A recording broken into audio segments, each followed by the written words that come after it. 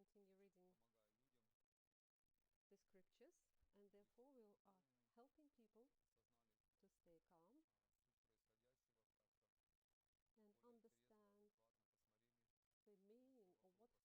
why this is happening and why we live. A lot of wise people are taking part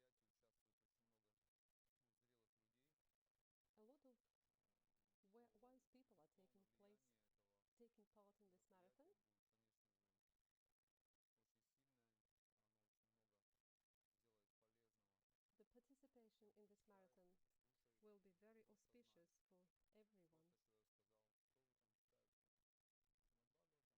Somebody will ask you, what are you reading?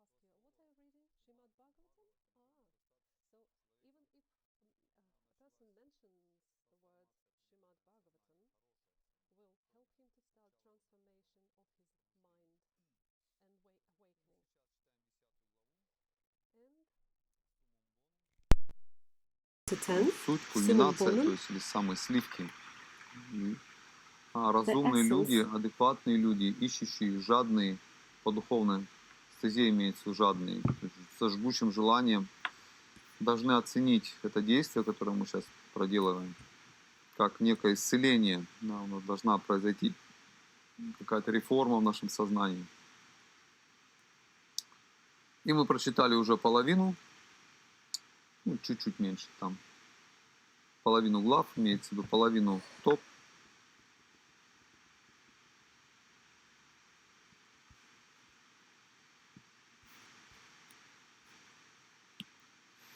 Доброго времени суток всем участникам нашего международного марафона, онлайн-марафона во благо мира. Мы продолжаем читать Священные Писания, тем самым помогая людям быть спокойными, осознали суть происходящего, как-то более трезво, адекватно посмотрели на все вокруг, осознали, зачем вообще жизнь предназначена. И так как в этом мероприятии участвует очень много зрелых людей,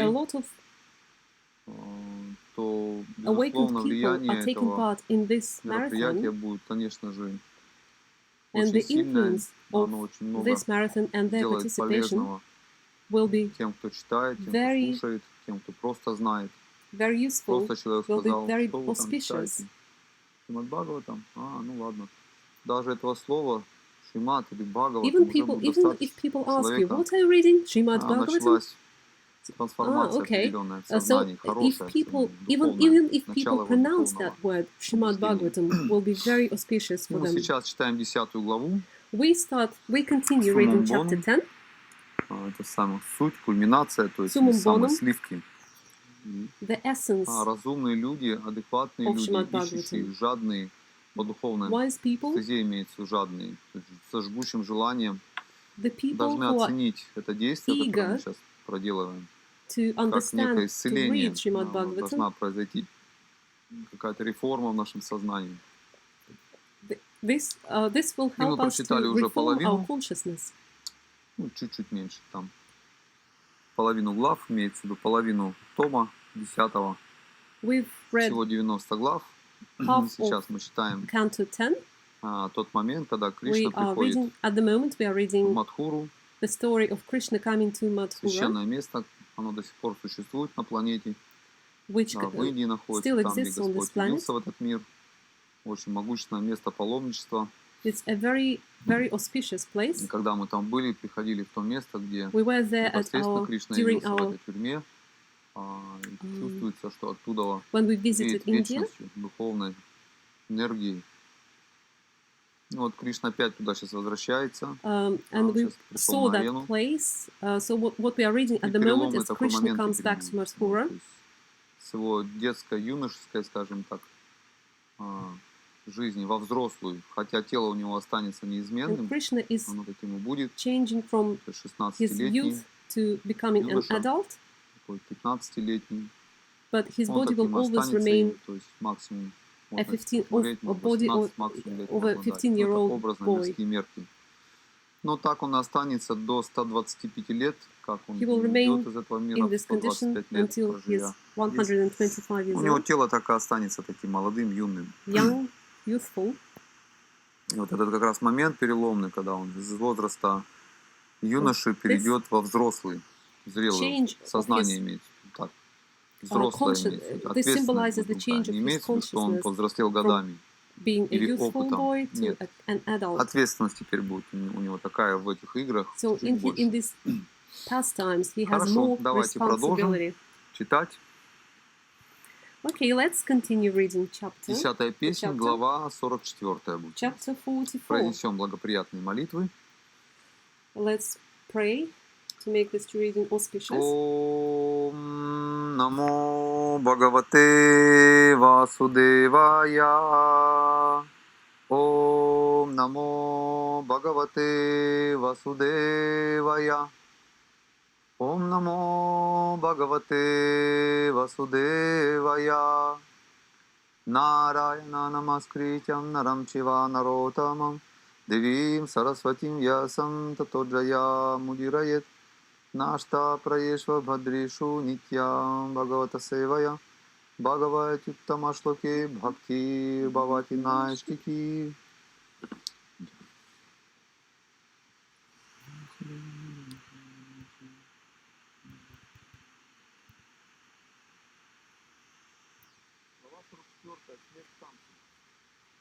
Srimad Bhagavatam 10:44. The killing of Kamsa. Shukadeva Goswami said, thus addressed Lord Krishna made up his mind to accept the challenge. He paired off with Chanura and Lord Balarama with Mushtika. Seizing each other's hands and locking legs with each other, their opponents struggled powerfully, eager for victory.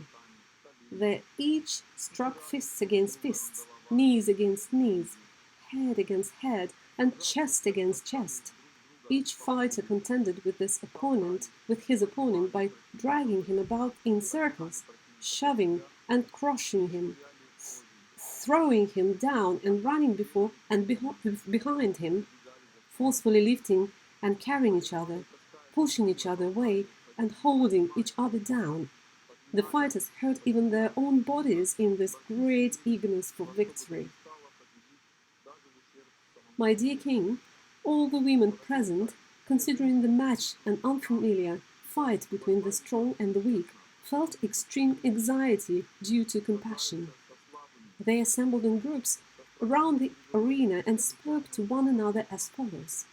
The women said, "Alas, what a greatly irreligious act the members of this royal assembly are committing! As the king watches the fight between the strong and the weak, they also want to see it. What comparison can there be between these two professional wrestlers, with limbs as strong as lightning bolts, and bodies resembling mighty mountains, and these two young immature boys with exceedingly tender limbs?"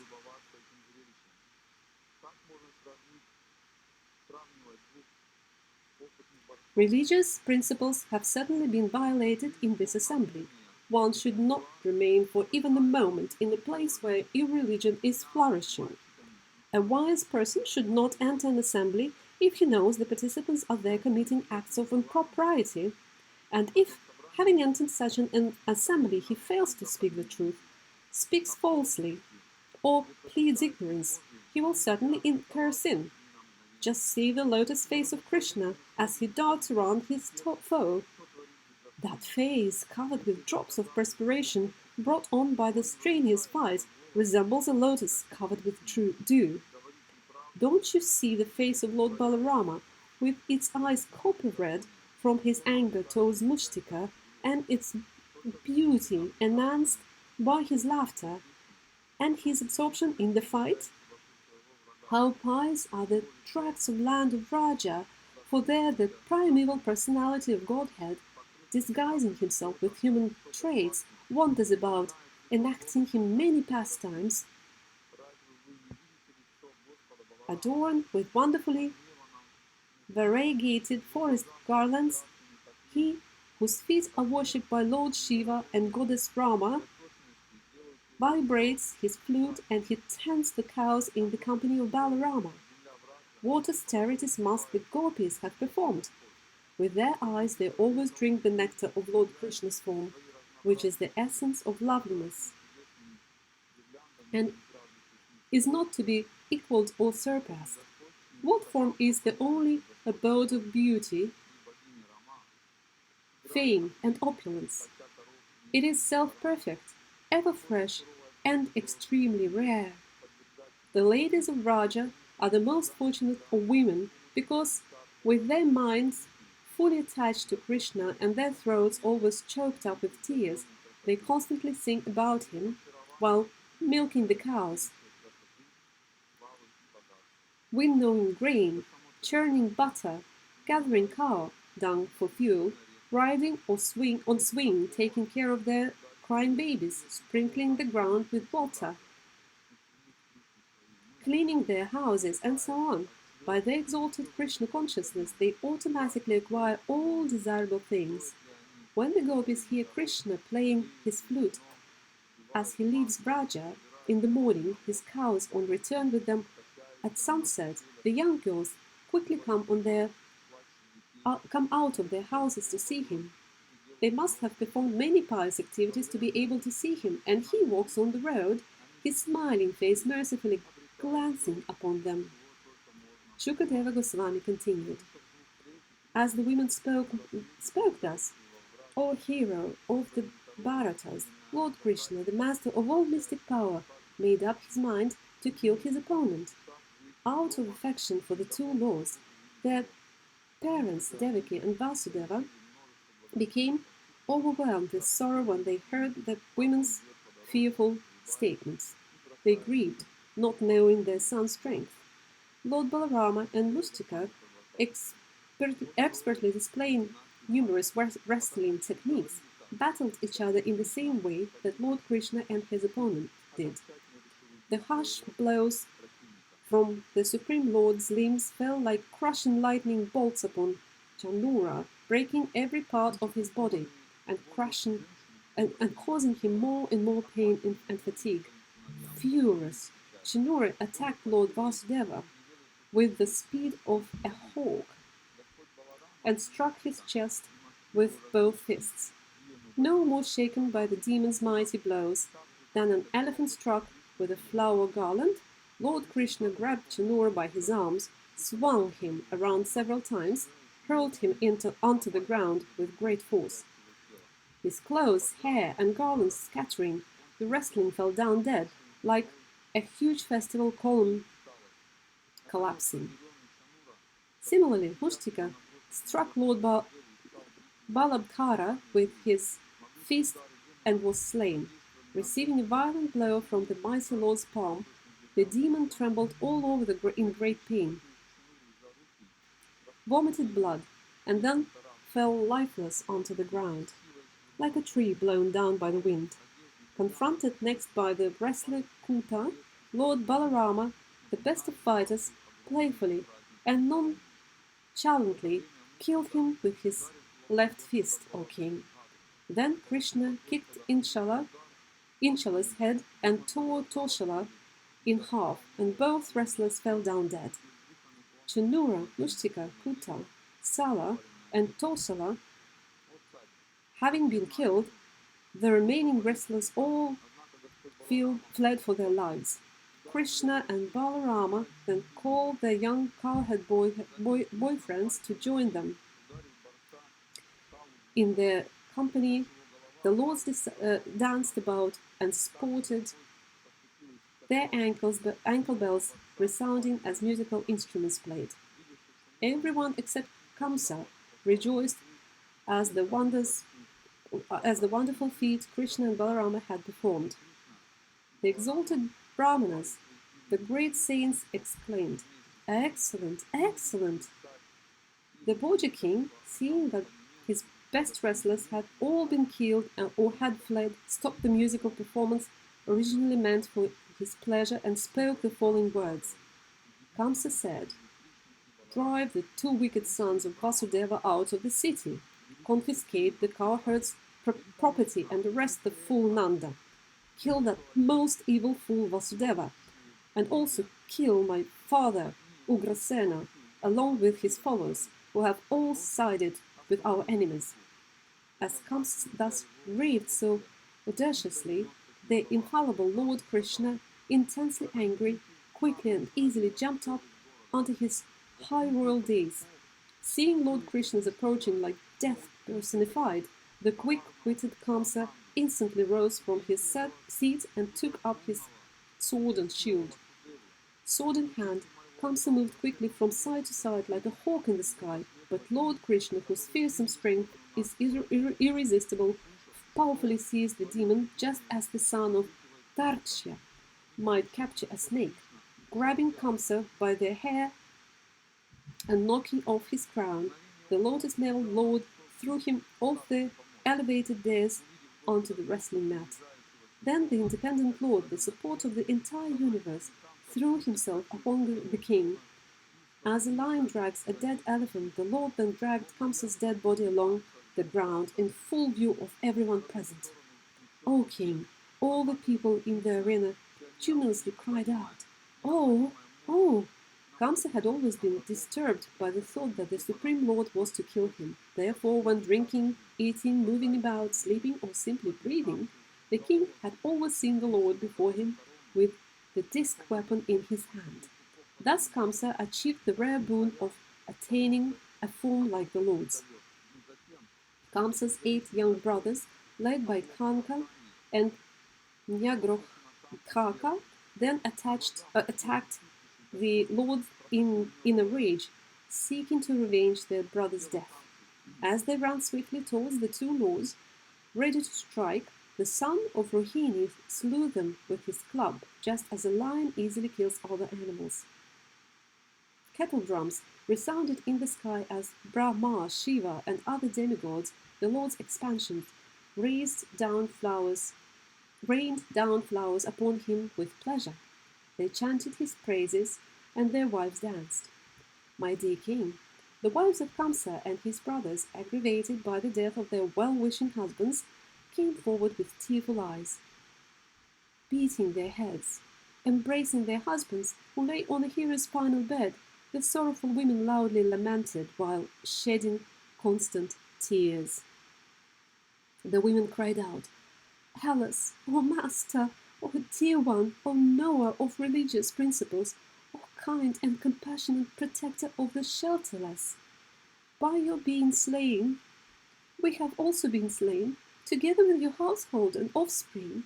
O great hero among men, bereft of you, its master, this city has lost its beauty, just as we have, and all the festivity and good fortune with it have come to an end. Oh, dear one, you have been brought to this state because of the terrible violence you committed against innocent creatures. How can one who harms others attain happiness? Lord Krishna causes the appearance and disappearance of all beings in this world, and he is their maintainer as well. One who disrespects him can never prosper happily." Shukadeva Goswami said. After consoling the royal ladies, Lord Krishna, sustainer of all the worlds, arranged for the prescribed funeral rites to be performed. Then Krishna and Balarama released their mother and father from bondage and offered obeisances to them, touching their feet with their heads. Devaki and Vasudeva, now knowing Krishna and Balarama to be the lords of the universe, simply stood with joined palms. Being apprehensive, they did not embrace their sons. Srimad Bhagavatam 10:45. Krishna rescues his teacher's son. Shukadeva Goswami said, understanding that his parents were becoming aware of his transcendental opulences, the Supreme Personality of Godhead thought that this would not be allowed to happen. Thus he expanded his Yogamaya, which bewilders his devotees. Lord Krishna, the greatest of the Sattvatas, approached his parents with his elder brother, humbly bowing his head and gratifying them by respectfully addressing them as "my dear mother" and "my dear father." Krishna spoke as follows. Lord Krishna said, "Dear father, because of us, your two sons, and your mother Devaki always remained in anxiety and could never enjoy our childhood, boyhood, or youth. Deprived by fate, we could not live with you and enjoy the pampered happiness most children enjoy in their parents' home. With one's body, one can acquire all goals of life, and it is one's parents who give the body birth and sustenance. Therefore, no mortal man can pay his debt to his parents, even if he serves them for a full lifetime of 100 years. A son who, though able to do so, fails to provide for his parents with his physical resources and wealth and forced after his death to eat his own flesh. A man who thought able to do so fails to support his elderly parents, chaste wife, young child or spiritual master, or who neglects a brahmana or anyone who comes to him for shelter is considered dead, though breathing. Thus we have wasted all these days unable we were to properly honor you, because our minds were always disturbed by fear of Kamsa. Dear father and mother, please forgive us for not serving you. We are not independent, and we have been greatly frustrated by cruel Kamsa. Shukadeva Goswami said.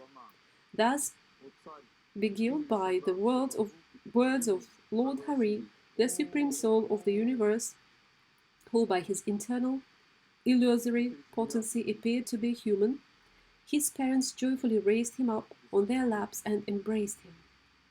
Pouring out a shower of tears upon the Lord, his parents, who were bound up by the rope of affection, could not speak.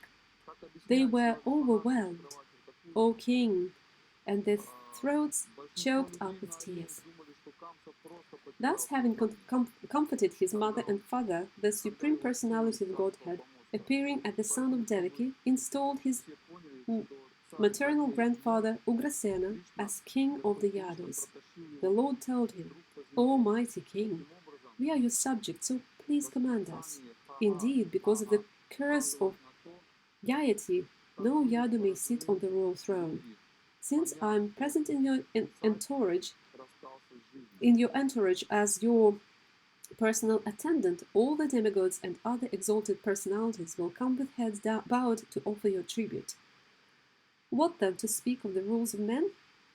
Then the Lord then brought all his close family members and other relatives back from the various places to which they had fled in fear of Kamsa. He received the Yadus, Vrishnis, Andhakas, Madhus, Dasharhas, Kukuras, and other clans with due honor, and he also consoled them, for they were wary of living in foreign lands. Then Lord Krishna, the creator of the universe, resettled them into their homes and gratified them with valuable gifts. The members of these clans, protected by the arms of Lord Krishna and Lord Sankarsana, felt that all their desires were fulfilled. Thus, they enjoyed perfect happiness while living at home with their families. Because of the presence of Krishna and Balarama, they no longer suffered from the fever of material existence. Every day these loving devotees could see Mukunda's ever-cheerful lotus face, which was decorated with beautiful, merciful, smiling glances. Even the most elderly inhabitants of the city appeared youthful, full of strength and vitality, for with their eyes they constantly drank the elixir of Lord Mukunda's lotus face. Then, O exalted Parikshit, the Supreme Krishna, the son of Devaki, along with Lord Balarama, approached Nanda Maharaja. The two lords embraced him and then addressed him as follows. Krishna and Balarama said, O father, you and mother Yashoda have affectionately maintained us and cared us for so much. Indeed, parents love their children more than their own lives. They are the real father and mother who care for as they would their own sons, children abandoned by relatives unable to maintain and protect them. Now you should all return to Vraja, dear father. We shall come to see you. our dear relatives who suffer in separation from us, as soon as we have given some happiness to your well-wishing friends. Thus, consoling Nanda Maharaja and the other men of Raja, the infallible Supreme Lord respectfully honored them with the gifts of clothing, jewelry, household utensils, and so on. Nanda Maharaj was overwhelmed with affection upon hearing Krishna's words, and his eyes brimmed with tears as he embraced the two lords. Then he went back to Braja with the cowhead man. My dear king, then Vasudeva, the son of Surasena, arranged for the priest and other brahmanas to perform his two sons' second birth initiation. Vasudeva honored these brahmanas by worshipping them and giving them fine ornaments and well-ornamented cows with their calves. All these cows wore gold necklaces and linen vests. The magnanimous Vasudeva then remembered the cows he had mentally given away on the occasion of Krishna's and Balarama's birth. Kamsa had stolen those cows, and Vasudeva now recovered them and gave them away in charity also.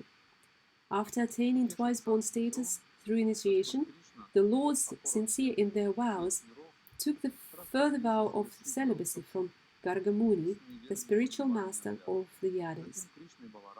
Concealing their innately perfect knowledge by their human-like activities, those two omniscient lords of the universe, themselves the origin of all branches of knowledge, next desired to reside at the school of a spiritual master. Thus they approached Shandipani Muni, a native of Kashi living in the city of Avanti. Shandipani thought very highly of these two self-controlled disciples, whom he had obtained so fortuitously. By serving him as devotedly as one would serve the Supreme Lord himself, they showed others an irreproachable example of how to worship the spiritual master. The best of Brahmanas, the spiritual master Sandipani, was satisfied with their submissive behavior, and thus he taught them the entire Vedas, together with their 6 corollaries, and the Upanishad. He also taught them the Dhanur Veda with its most confidential secrets, the standard book of laws, the methods of logical reasoning and philosophical debate, and the 6-fold science of politics. O king, those best of persons, Krishna and Balarama, being themselves the original promulgators of all varieties of knowledge, could immediately assimilate each and every subject after hearing it explained just once. Thus, with fixed concentration, they learned the 64 arts and skills in as many days and nights. Therefore, O king, they satisfied their spiritual master by offering him Guru Dakshina. O king, the learned Brahmana Sandipani carefully considered the two lords' glorious and amazing qualities and their superhuman intelligence. Then, after consulting with his wife, he chose as his remuneration returns of his young son, who had died in the ocean of Prabhasa. So be it, replied those two great chariot warriors of limitless might, and they at once mounted their chariots and set off for Prabhasa. When they reached the place, they walked up to the shore and sat down. In a moment, the deity of the ocean, recognizing them to be the Supreme Lords, approached them with offerings of tribute. The Supreme Lord Krishna addressed the Lord of the ocean. Let the son of my Guru be presented at once, the one you seized here with your mighty waves. The ocean replied, O Lord Krishna, it was not I who abducted him, but a demonic descendant of deity named Panchajana, who travels in the water in the form of a conch. Indeed, the ocean said, that demon has taken him away. Hearing this, Lord Krishna entered the ocean, found Panchajana and killed him. But the Lord did not find the boy within the demon's belly. Lord Janardana took the conch shell that had grown around the demon's body and went back to the chariot. Then he proceeded to Shyamamani, the beloved capital of Yamaraja, the Lord of Death. Upon arriving there, with Lord Balarama, he loudly blew his conch shell, and Yamaraja, who keeps the conditioned souls in check, came as soon as he heard the resounding vibration. Yamaraja elaborately worshipped the two lords with great devotion, and then he addressed the Lord Krishna, who lives in everyone's heart. O Supreme Lord Vishnu, what shall I do for you and Lord Balaram, who are playing the part of ordinary humans? The Supreme Personality of Godhead said, suffering the bondage of his past activity, my spiritual master's son was brought here to you. O great king, obey my command and bring this boy to me without delay. Yamaraja said, so be it, and brought forth the Guru's son. Then those two most exalted Yadus presented the boy to their spiritual master and said to him, please select another boon. The spiritual master said, my dear boys, you too have completely fulfilled the disciple's obligation to reward his spiritual master. Indeed, with disciples like you, what further desires could a guru have? O heroes, now please return home. May your fame sanctify the world, and may the Vedic hymns be ever fresh in your minds, both in this life and the next. Thus, receiving their guru's permission to leave, the two lords returned to their city on their chariot, which moved as swiftly as the wind and resounded like a cloud. All the citizens rejoiced upon seeing Krishna and Balarama, whom they had not seen for many days. The people felt just like those who have lost their wealth and then regained it. Srimad Bhagavatam 10:46. Uddhava visits Vrindavana. Shukadeva Goswami said, the supremely intelligent Uddhava was the best counselor of the Vrishni dynasty, a beloved friend of Lord Sri Krishna and a direct disciple of Brihaspati. The Supreme Lord Hari, who relieves the distress of all who surrendered to him, once took the hand of his fully devoted, dearmost friend Uddhava and addressed him as follows. Lord Krishna said, dear gentle Uddhava, go to Vraja and give pleasure to our parents, and also relieve the gopis, suffering in separation from me by giving them my message. The minds of those gopis are always absorbed in me, and their very lives are ever devoted to me. For my sake, they have abandoned everything related to their bodies, renouncing ordinary happenings in this life, as well as religious duties necessary for such happiness in the next life.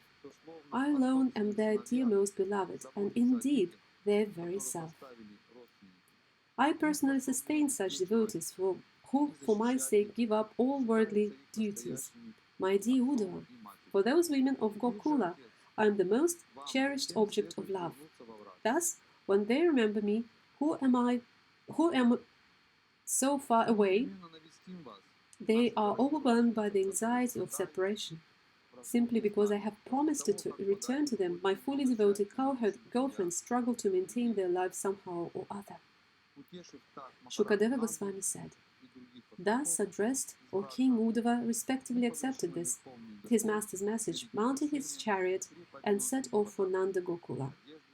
For fortunate Uddhava reached Nanda Maharaja's pastures just as the sun was setting, and since the returning cows and other animals were raising dust with their hooves, his chariot passed unnoticed.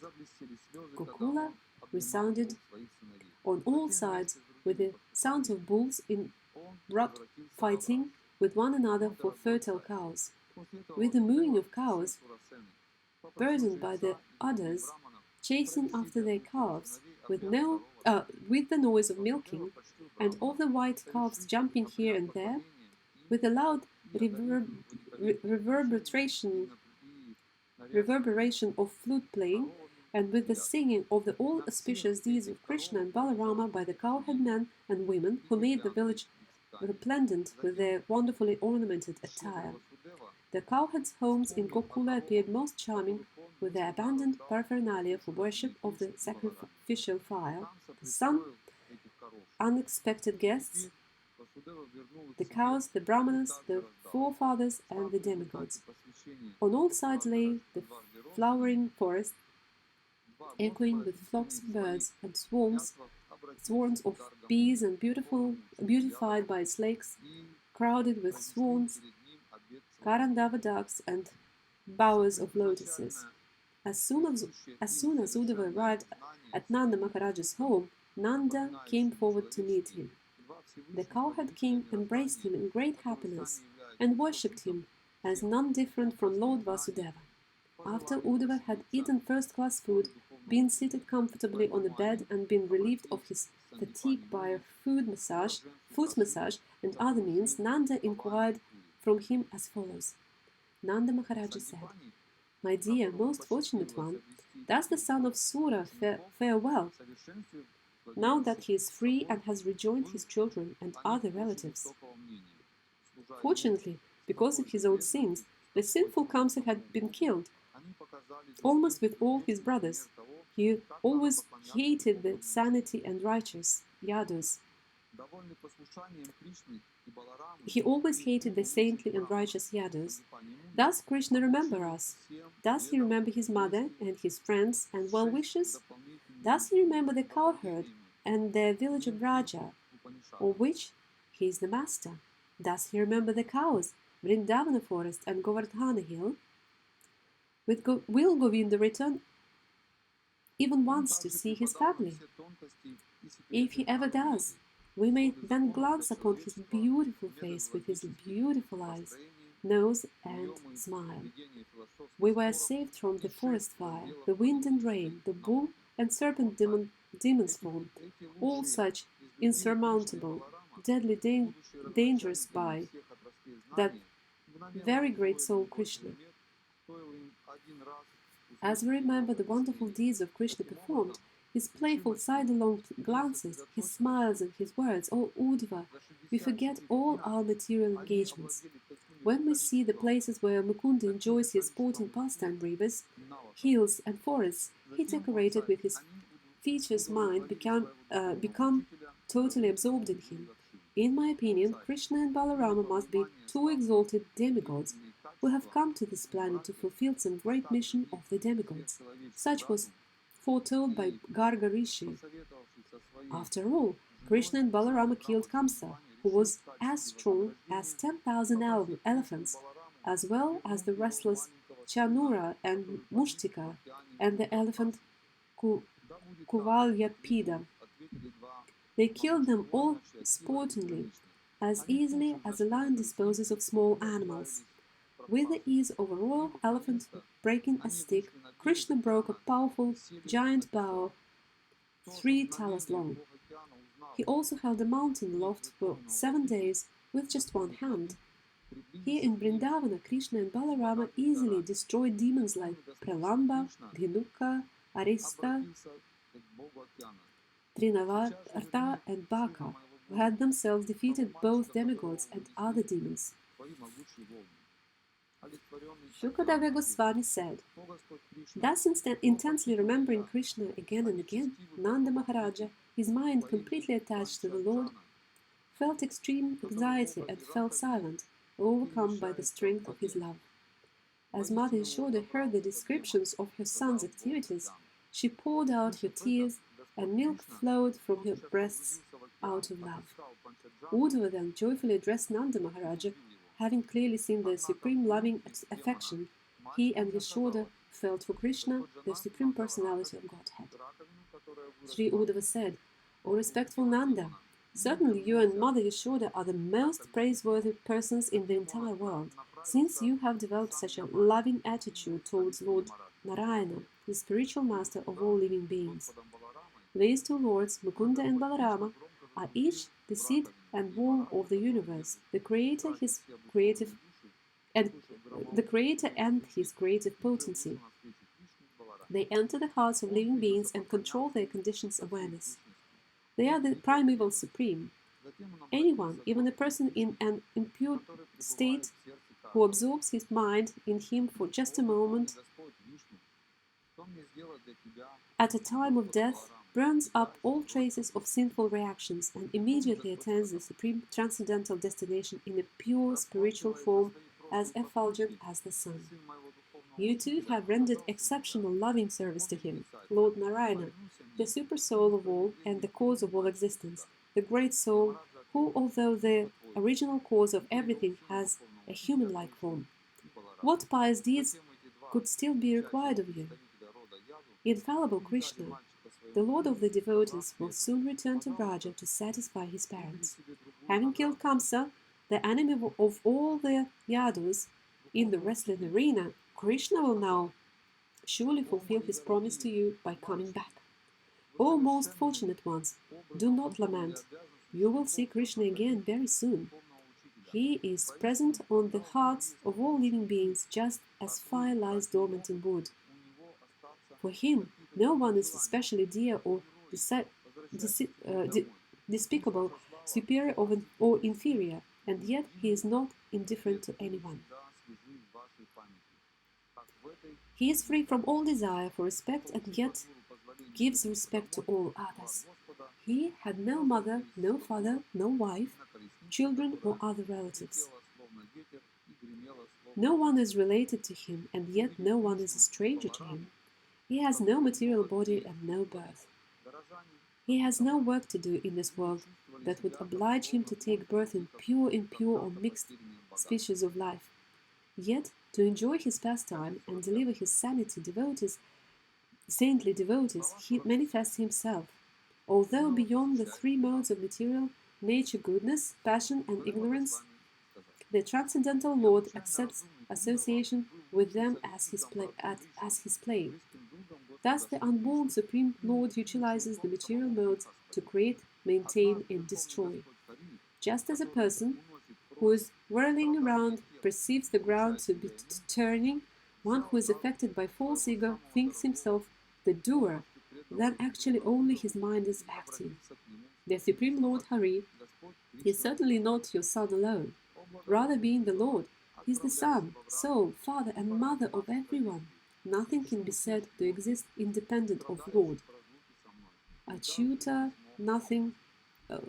Lord Achyuta, nothing heard or seen, nothing in the past, present, or future, nothing moving or unmoving, great or small. He indeed is everything. He is the Supreme Soul. While Krishna's messenger continued speaking with Nanda, the night ended, O king. The women of the cowherd village rose from bed and, lighting lamps, worshipped their household deities. Then they began churning the yogurt into butter. As they pulled on the churning ropes with their bangled arms, the women of Braja shone with the splendor of their jewels, which reflected the lamp's light. Their hips, breasts, and necklaces moved about, and their faces, anointed with reddish kunkuma, glowed radiantly with the luster of their earrings reflecting from their cheeks. As the ladies of Braja loudly sang the glories of lotus-eyed Krishna, their songs blended with the sound of their churning, ascended to the sky, and dissipated all inauspiciousness in every direction. Then the godly sun had risen. The people of Braja noticed the golden chariot in front of Nanda Maharaja's doorway. Who does this belong to? They asked. Perhaps Akrura has returned, the who fulfilled Kamsa's desire by taking lotus-eyed Krishna to Mathura. Is he going to use our flesh to offer funeral oblations for his master, who was so satisfied with his service? All the women were speaking in this way. Uddhava appeared, having finished his early morning duties. Srimad Bhagavatam 10:47, the Song of the Bee. Shukadeva Goswami said, the young women of Braja became astonished upon seeing Lord Krishna's servant, who had long arms, whose eyes resembled a newly grown lotus, who wore a yellow garment and a lotus garland, and whose lotus-like face glowed with brightly polished earrings. Who is this handsome man? The gopis asked. Where has he come from, and who does he serve? He is wearing Krishna's clothes and ornaments. Saying this, the gopis eagerly crowded around Uddhava, whose shelter was the lotus feet of the Lord Uttamashloka, Sri Krishna. Bowing their heads in humility, the gopis duly honored Uddhava with their shy, smiling glances, and pleasing words. They took him to a quiet place, seated him comfortably, and began to question him, for they recognized him to be a messenger from Krishna.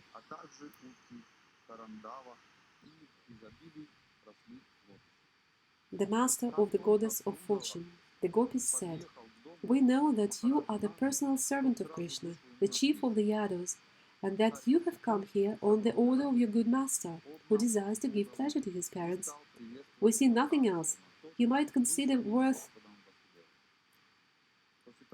remembering in these cow pastures of Raja. Indeed, the bonds of all affection for one's family members are difficult to break even for a sage. The friendship shows towards others those who are not family members is motivated by personal interest, and thus it is a penance that lasts only until one's purpose is fulfilled. Such friendship is just like the interest men take in women, or bees in flowers. Prostitutes abandon a penniless man, subjects an incompetent king, students their teacher once they have finished their education, and priests a man who has remunerated them for a sacrifice. Birds abandon a tree when its fruit are gone, guests a house after they have eaten, animals a forest that has burned down, and a lover the woman he has enjoyed, even though she remains attached to him. Thus speaking, the gopis, whose words, bodies and minds were fully dedicated to Lord Govinda, put aside all their regular work now that Krishna's messenger, Sri Uddhava, had arrived among them. Constantly remembering the activities their beloved Krishna had performed in his childhood and youth, they sang about them and cried without shame. One of the gopis, while meditating on her previous association with Krishna, saw a honeybee before her and imagined it to be a messenger sent by her beloved. Thus she spoke as follows. The gopi said, "O honeybee, O friend of a cheater, don't touch my feet with your whiskers, which are smeared with the kumkuma that rubbed into Krishna's garland when it was crushed by the beasts of a rival lover. By the breasts of a rival lover. Let Krishna satisfy the women of Mathura. One who sends a messenger like you will certainly be ridiculed in the Yadus assembly. After making us drink the enchanting nectar of his lips only once, Krishna suddenly abandoned us, just as you might quickly abandon some flowers. How is it, then, that goddess Padma willingly serves his lotus feet? Alas, the answer must certainly be that her mind has been stolen away by his deceitful words. Oh bee, why do you sing here so much about the Lord of the Yadus in front of us homeless people? These topics are old news to us. Better you sing about that friend of Arjuna in front of his new girlfriends, the burning desire in whose breasts he has now relieved. Those ladies will surely give you the charity you are begging. In heaven, on earth, or in the subterranean sphere, what women are unavailable to him? He simply arches his eyebrows and smiles with deceptive charm, and they all become his. The supreme goddess herself worships the dust of his feet. So what is our position in comparison? But at least those who are wretched can chant his name Uttama Shloka. Keep your head off my feet. I know what you're doing. You expertly learned diplomacy from Mukunda. And now you come as his messenger with flattering words. But he abandoned those who, for his sake alone, gave up their children, husbands, and all other relations. He's simply ungrateful. Why should I make up with him now? Like a hunter, he cruelly shot the king of the monkeys with arrows, because he was conquered by a woman. He disfigured another woman, who came to him with lusty desires, and even after consuming the gifts of Bali Maharaja, he bound him up with ropes, as if he were a crow. So let us give up all friendship with this dark-complexioned boy, even if he can't give up talking to him. To hear about the pastimes that Krishna regularly performs is nectar for the ears. For those who relish just a single drop of that nectar, even once, their dedication to material duality is ruined. Many such persons have suddenly given up their wretched homes and families, and themselves becoming wretched, traveled here to Vrindavana to wander about like birds begging for their living. Faithfully taking his deceitful words as true, we became just like the black deer's foolish wives, who trust the cruel hunter's song. Thus we repeatedly felt the sharp pain of lust caused by the touch of his nails. O messenger, please talk about something besides Krishna. O friend of my dear one, has my beloved sent you here again? I should honor you, friend, so please choose whatever boon you wish. But why have you come back here to take us to him, whose conjugal love is so difficult to give up? After all, gentle bee, his consort is the goddess Shri, and she is always with him, staying upon his chest. O Uddhava, it is indeed regrettable that Krishna resides in Mathura. Does he remember his father's household affairs and his friends, the cowherd boys? O great soul, does he ever talk about us, his maidservants? When will he lay on our heads his aguru-scented hand? Shukadeva Goswami said, having heard this, Uddhava then tried to pacify the gopis, who were most eager to see Lord Krishna. He thus began relating to them the messenger of the beloved. Sri Uddhava said, certainly you gopis are all successful and are universally worshipped because you have dedicated your minds in this way to the Supreme Personality of Godhead, Vasudeva. Devotional service unto Lord Krishna is attained by charity, strict vows, austerities, and fire sacrifices, by japa, study of Vedic texts, observance of regulative principles, and indeed by the performance of many other auspicious practices.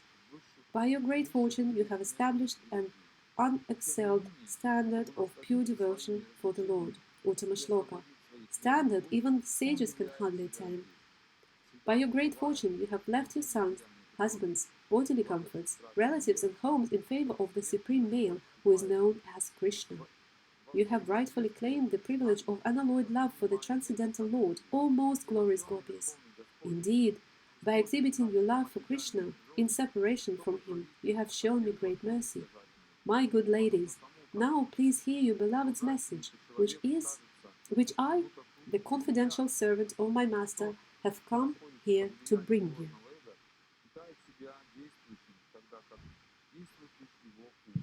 The Supreme Lord said, you are never actually separated from me, for I am the soul of all creation, just as the elements of nature, ether, air, fire, water, and air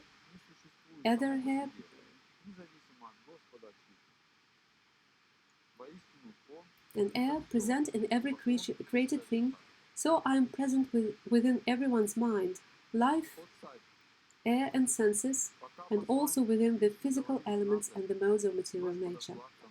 By myself, I create, sustain, and withdraw myself within myself by the power of my personal energy, which comprises the material elements, the senses, and the modes of nature. Being composed of pure consciousness or knowledge, the soul is distinct from everything material and is uninvolved in the entanglements of the modes of nature.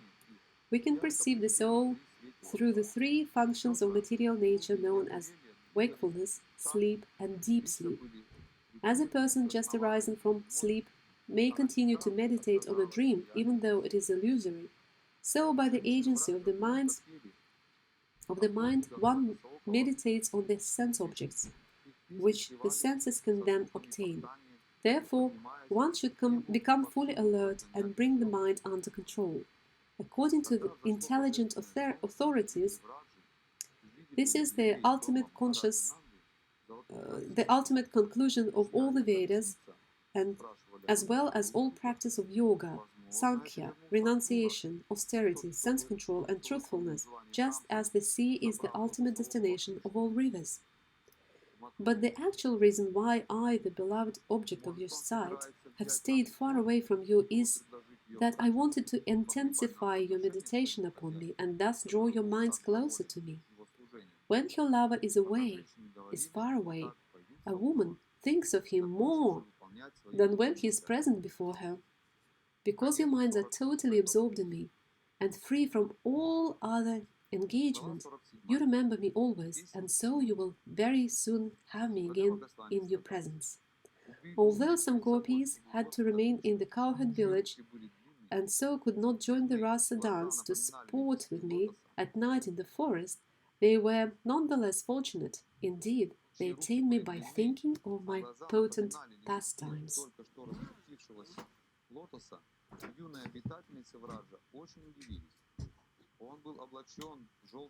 Shukadeva Goswami said, "The women of Vraja were pleased to hear this message from their dearest Krishna.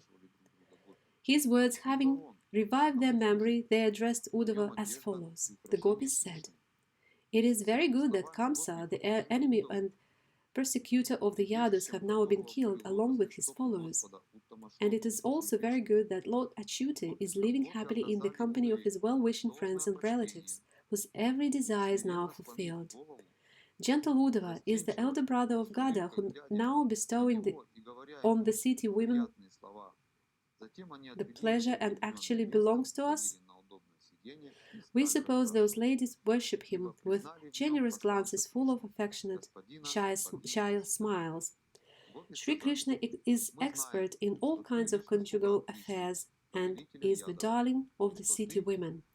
How can he not become entangled now that he is constantly adored by their enchanting words and gestures?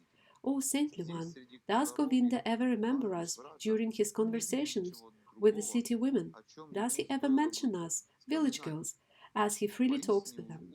Does he recall those nights in the Vrindavana forest, lovely with lotus, jasmine, and the bright moon?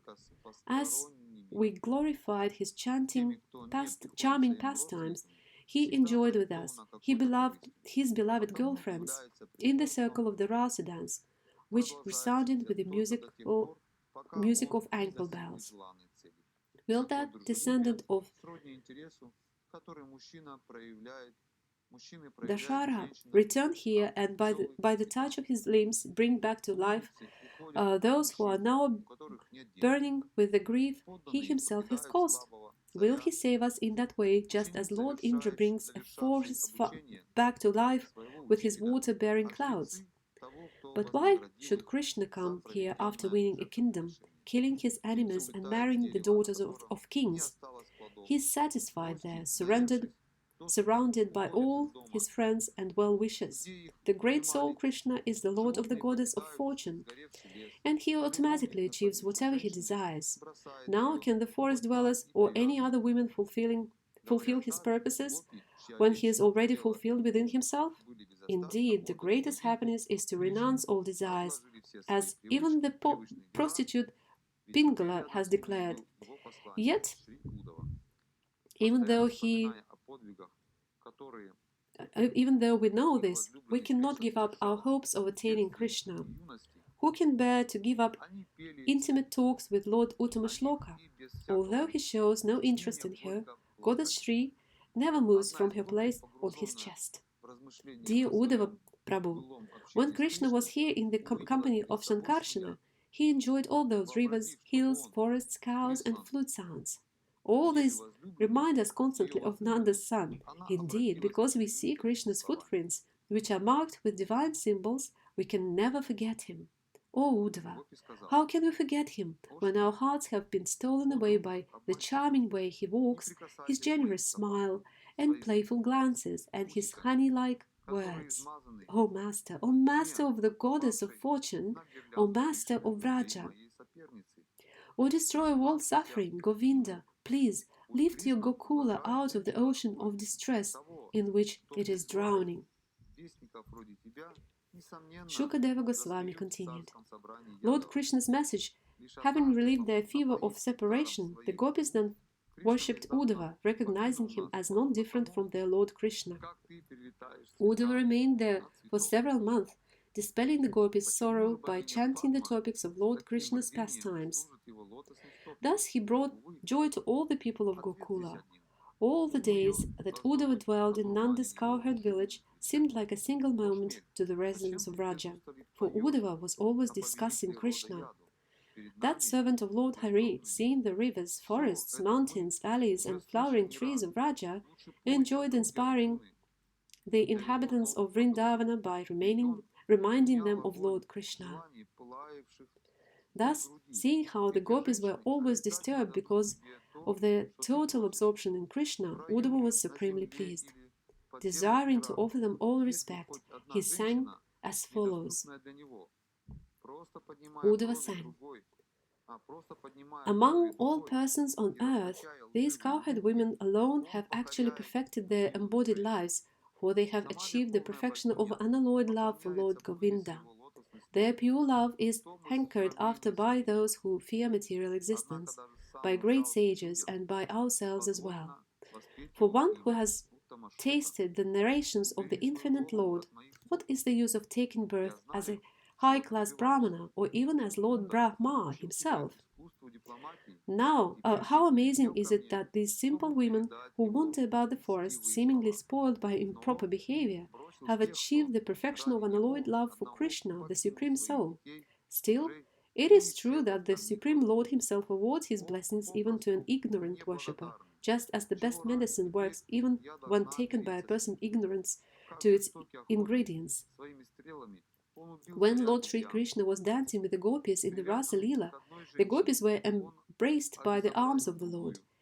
This transcendental favor was never bestowed upon the goddess of fortune or other consorts in the spiritual world. Indeed, never was such a thing even imagined by the most beautiful girls in the heavenly planets, whose bodily luster and aroma resembled the lotus flower. And what to speak of worldly women, who are very beautiful according to material estimations. The gopis of Vrindavana have given up the association of their husbands, sons, and other family members who are very difficult to give up, and they have forsaken the path of chastity to take shelter of the lotus feet of Mukunda, Krishna, which one should search for by Vedic knowledge. Oh, let me be fortunate enough to be one of the bushes, creepers, or herbs in Vrindavana, because the gopis trample them and bless them with the dust of their lotus feet. The goddess of fortune herself, along with Lord Brahma and all other demigods who are masters of yogic profession, can worship the lotus feet of Krishna only within her mind. But during the Rasa dance, Lord Krishna placed his feet upon these gopis' breasts, and by embracing those feet, the gopis gave up all distress. I repeatedly offer my respects to the dust from the feet of the women of Nanda Maharaja's cowherd village. When these gopis loudly chant the glories of Sri Krishna, the vibration purifies the three worlds. Shukadeva Goswami said. Uddhava, the descendant of Dasharha, then took permission to leave from the gopis and from Mother Yashoda and Nanda Maharaja. He bade farewell to all the cowherd men and, about to depart, mounted his chariot. As Uddhava was about to leave, Nanda and the others approached him, bearing various items of worship. With tears in their eyes, they addressed him as follows. Nanda and the other cowherds said, "May our mental function always take shelter of Krishna's lotus feet. May our words always chant his names, and may our bodies always bow down to him and serve him. Wherever we are made to wander about this world by the Supreme Lord's will, in accordance with the reactions of our fruited work, may our good works and charity always grant us love for Lord Krishna." Shukadeva Goswami continued, O rule of men, thus honored by the cowherd man with expression of devotion for Lord Krishna, Uddhava went back to the city of Mathura, which was under Krishna's protection. After falling down to pay his homage, Uddhava described to Lord Krishna the immense devotion of the residents of Raja. Uddhava also described it to Vasudeva, Lord Balarama and King Ugrasena, and presented to them the gifts of tribute he had brought with him.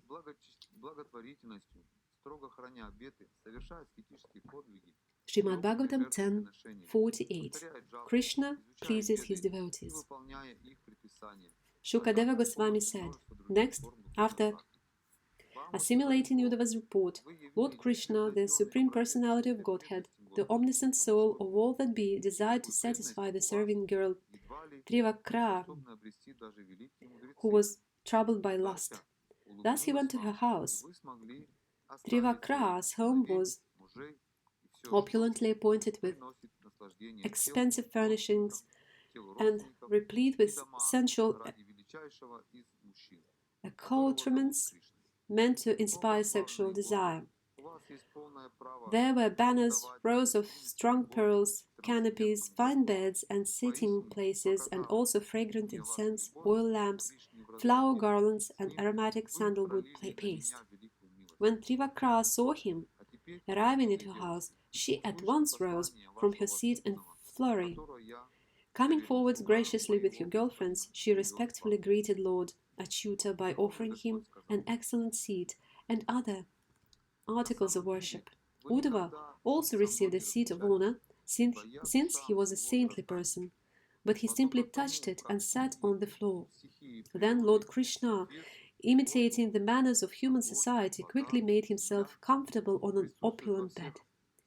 Trivakra prepared herself by bathing, anointing her body, and dressing in fine garments, by putting on jewelry, garlands, and perfume, and also by chewing betel nut, drinking fragrant liquor, and so on. She then approached Lord Madhava with shy, playful smiles and coquettish glances. Calling forward his beloved, who was anxious and shy at the prospect of his new contact, the Lord pulled her by her bangled hands onto the bed. Thus he enjoyed with that beautiful girl, whose only trace of piety was her having offered ointment to the Lord. Simply by smelling the fragrance of Krishna's lotus feet, Trivakra cleansed away the burning lust Cupid had aroused in her breasts, chest, and eyes. With her two arms, she embraced between her breasts her lover, Sri Krishna, the personification of bliss, and thus she gave up her long-standing distress.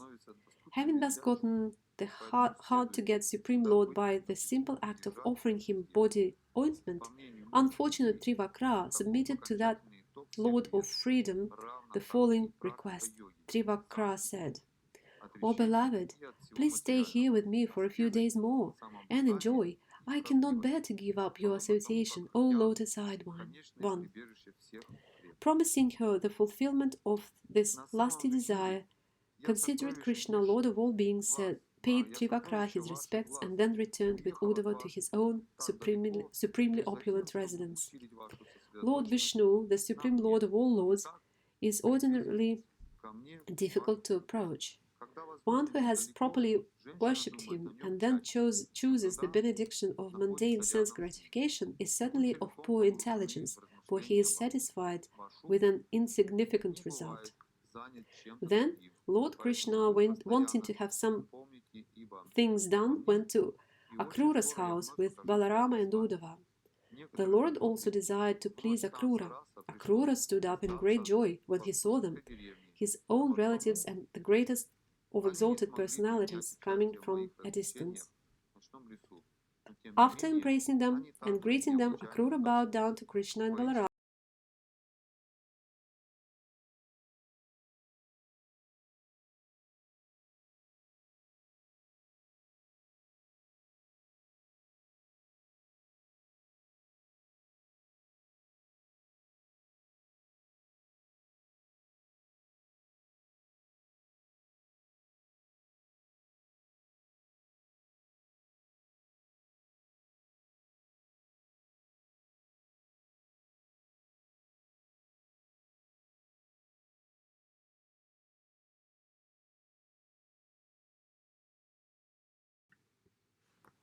Слова его воскресили в них приятные воспоминания И довольные девушки обратились к Удове. Так.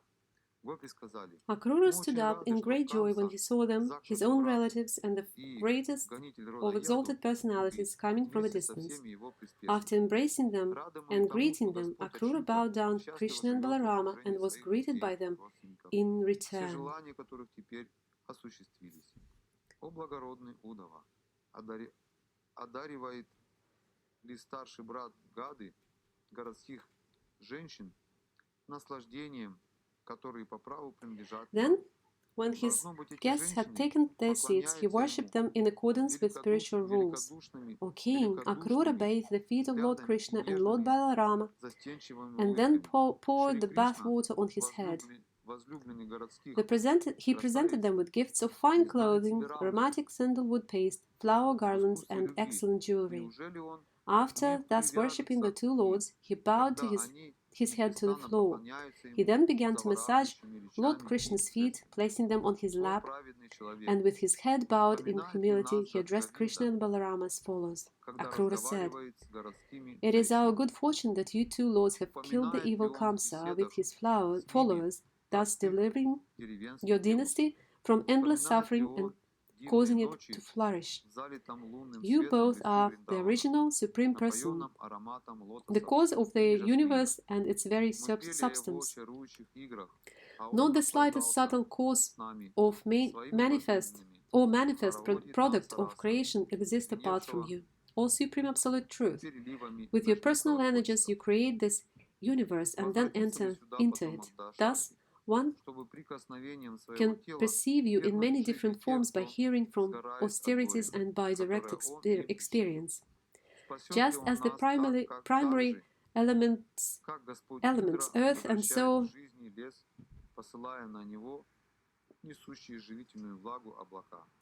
just as the primary elements, earth and so on, manifest themselves in abundant variety among all the species of mobile and immobile life, so you, the one independent Supreme Lord, appeared to be manifold among the variegated objects of your creation.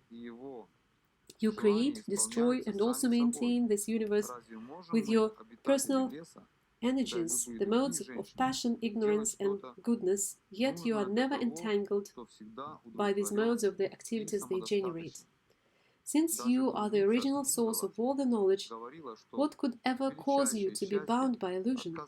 Since it has never been demonstrated that you are covered by material bodily designations, it must be concluded that for you there is neither birth in a literal sense nor any duality. Therefore, you never undergo bondage of liberation, and if you appear to, it is only because of your desire, and that we see you in that way, or simply because of our lack of discrimination. You originally enunciated the ancient religion path of the Vedas for the benefit of the whole universe. Whenever that path becomes obstructed by wicked persons following the path of atheism, you assume one of your incarnations, which are all in the transcendental mode of goodness. You are that very same Supreme Person, my Lord, and you have now appeared in the home of Vasudeva with your plenary portion.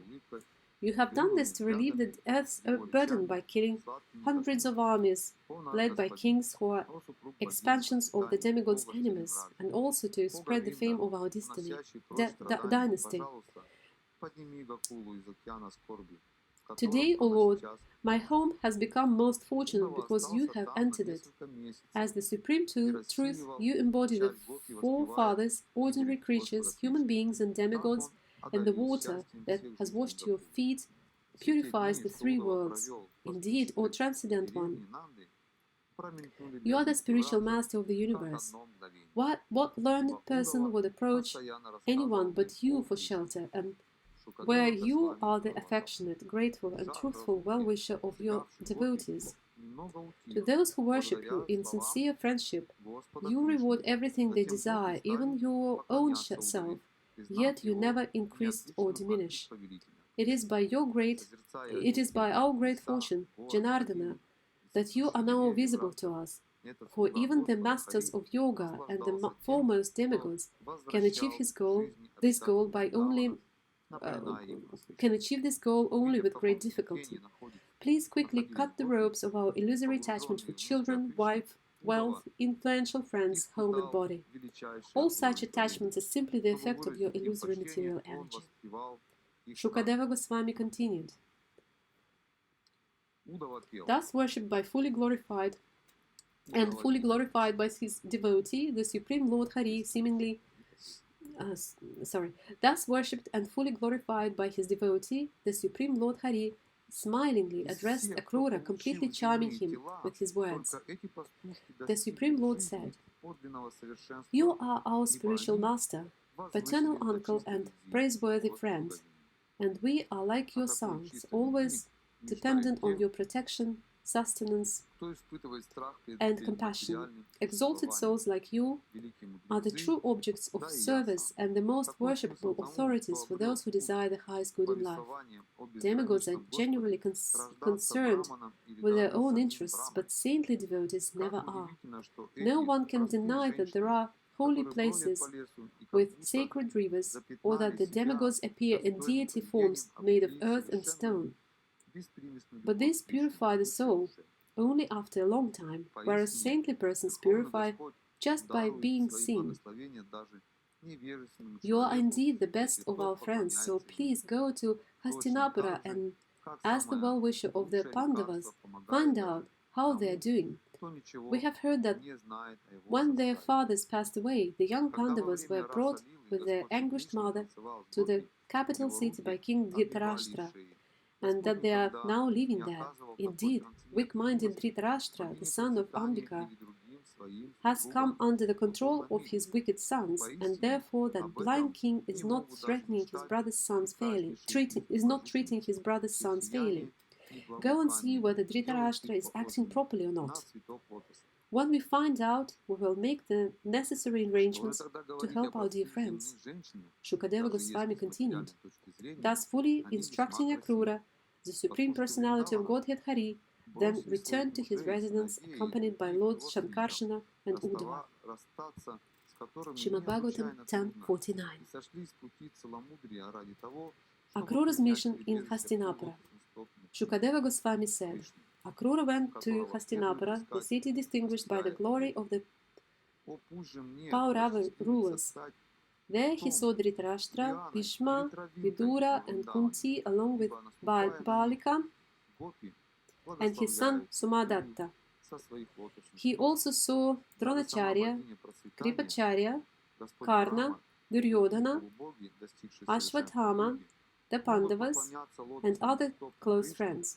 After Akrura, the son of Gandhini, had appropriately greeted all his relatives and friends, they asked him for news of their family members, and he in his turn asked about their welfare. He remained in Hastinapura for several months to scrutinize the conduct of the weak-willed king who had bad sons and who was inclined to give it in to the whims of mischievous advisers.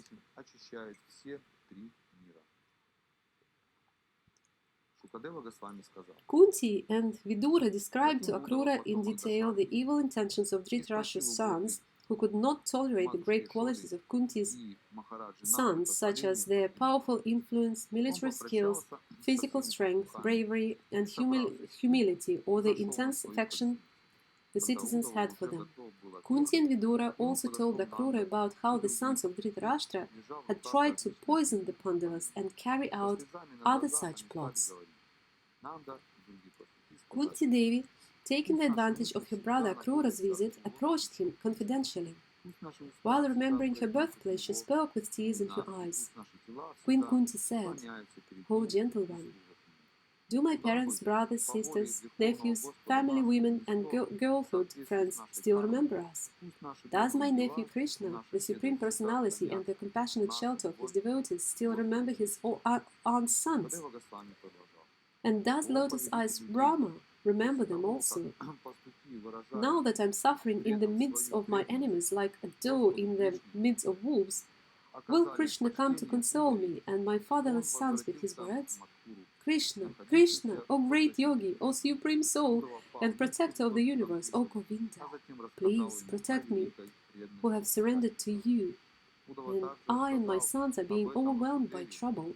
For persons fearful of death and rebirth, I see no shelter other than your liberator's lotus feet, for you are the Supreme Lord. I offer my obeisances unto you, Krishna, the Supreme Pure, the Absolute Truth, and the Super Soul, the Lord of pure devotional service, and the source of all knowledge. I have come to you for shelter. Shukadeva Goswami said, thus meditating on her family members and also on Krishna, the Lord of the universe, your great-grandmother Kunti Devi began to cry out in grief, O king. Both Akrura, who shared Queen Kunti's distress and happiness, and the illustrious Vidura consoled the queen by reminding her of the extraordinary way her sons had taken birth. The ardent affection King Dhritarashtra felt for his sons had made him act unjustly towards the Pandavas. Just before leaving, Akrura approached the king, who was seated among his friends and supporters, and related to him the message that his relatives Lord Krishna and Lord Balarama had sent out of friendship. Akrura said, my dear son of Vichitravirya, or an answer of the Kuru's glory, your brother Pandu having passed away, you have now assumed the royal throne. By religiously protecting the earth, delighting your subjects with your noble character and treating all your relatives equally, you will surely achieve success and glory. If you act otherwise, however, people will condemn you in this world, and in the next life you will enter the darkness of hell. Remain equally disposed, therefore, towards Pandu's sons and your own. In this world, no one has any permanent relationship with anyone else, O king. We cannot stay forever, even with our own body. What to speak of our wife, children, and the rest? Every creature is born alone and dies alone, and alone one experiences the just rewards of his good and evil deeds. In the guise of dear dependence, strangers steal the sinfully acquired wealth of a foolish man, just as the offspring of a fish drink up the water that sustains the fish. A fool indulges in sin to maintain his life, wealth and children and other relatives, for he thinks, these things are mine. In the end, however, these very things all abandon him, leaving him frustrated. Abandoned by his so-called dependents, ignorant of the actual goal of life, indifferent to his real duty, and having failed to fulfill his purposes, the foolish soul enters the blindness of hell, taking his sinful reactions with him. Therefore, king, looking upon this world as a dream, a magician's illusion of a flight of fancy, please control your mind with intelligence and become equiposed and peaceful, my lord. Dhritarashtra said, O Master of Charity, I can never be satisfied while hearing your auspicious words. Indeed, I am like a mortal who has obtained the nectar of the gods. Even so, gentle Akrura, because my unsteady heart is prejudiced by affection for my sons, these pleasing words of yours cannot remain fixed there, just as lightning cannot remain fixed in a cloud. Who can defy the injunctions of the Supreme Lord, who has now descended on the Yadus dynasty to diminish the earth's burden? I offer my obeisances to him, the Supreme Personality of Godhead, who creates this universe by the inconceivable activity of his material energy and then distributes the various modes of nature by entering within the creation. From him, the meaning of those pastimes in unfathomable come both the entangling cycle of birth and death and the process of deliverance from it. Shukadeva Goswami said, having thus appraised himself of the king's attitude, Akrura, the descendant of Yadu, took permission from the well-wishing relatives and friends and returned to the capital of the Yadavas. Akrura reported to Lord Balarama and Lord Krishna how Dhritarashtra was behaving towards the Pandavas. Thus, O descendant of the Kurus, he fulfilled the purpose for which he had been sent. Srimad Bhagavatam 10:50. Krishna establishes the city of Dwaraka. Shukadeva Goswami said, when Kamsa was killed, O heroic descendant of Bharata, his two queens, Ashti and Prapti, went to their father's house in great distress. The sorrowful queens told their father, King Jarasandha of Madaka, all about how they had become widows. Hearing this odious news, O king, Jarasandha was filled with sorrow and anger, and he began to the greatest possible endeavor to rid the earth of the Yadavas. With a force of 23 Akshauhini divisions, he laid siege to the Yadu capital, Mathura, on all sides. Although Lord Krishna, the Supreme Personality of Godhead, is the original cause of this world, when he descended to the earth, he played the role of a human being.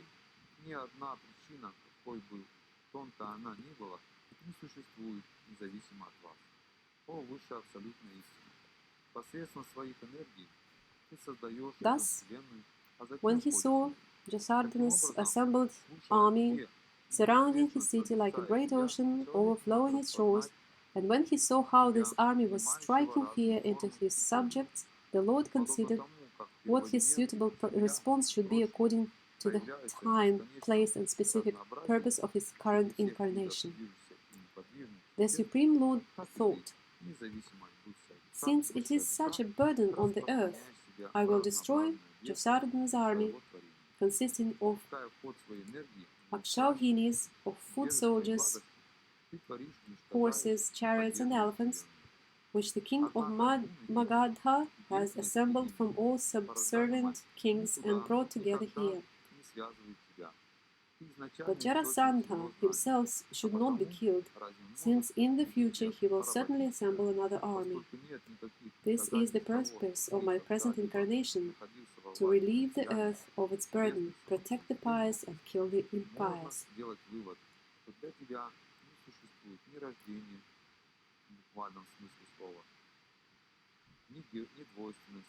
Also, I assume other bodies to protect religion and to end irreligion whenever it flourishes in the course of time. Shukadeva Goswami continued, as Lord Govinda was thinking in this way, two chariots, as effulgent as the sun, suddenly descended from the sky. They were complete with drivers and equipment. The Lord's eternal divine weapons also appeared before him spontaneously. Seeing these, Sri Krishna, Lord of the senses, addressed Lord Shankarsana. The Supreme Lord said, my respected elder brother, see this danger which has beset your dependents and the Yadavas, and see, dear master, how your personal chariot and favorite weapons have come before you. The purpose for which we have taken birth, my lord, is to secure the welfare of our devotees.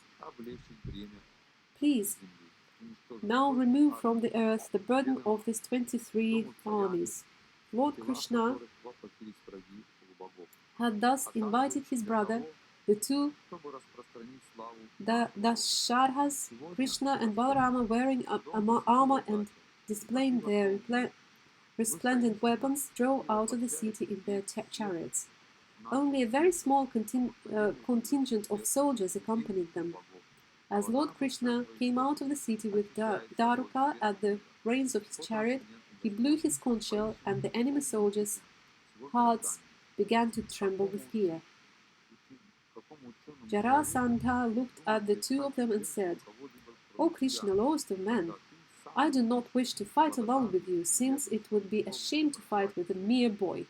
You fool, to keep yourself hidden. O murderer of your relatives, go away. I will not fight with you. You, Rama, should gather your courage and fight with me, if you think you can do it. You may even give up your body when it is cut to pieces by my arrows, and thus attain to heaven, or else kill me. The Supreme Lord said, real heroes do not simply boast, but rather show their powers in action. We cannot take seriously the words of one who is full of anxiety and who wants to die. Shukadeva Goswami said, just as the wind covers the sun with clouds or fire with dust, the son of Jara marched towards the two descendants of Madhu, and with this huge assemblage of armies surrounded them in their soldiers, chariots, flags, horses, and charioteers. The women stood in the watchtowers, palaces, and high gates of the city, when they could no longer see Krishna's and Balarama's chariots, identified by banners marked with the emblems of Garuda and a palm tree.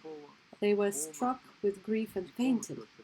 Seeing his army tormented by the relentless and savage rain of arrows from the massive opposing forces gathered like clouds about him, Lord Harit twangled his excellent bow, which both gods and demons worship.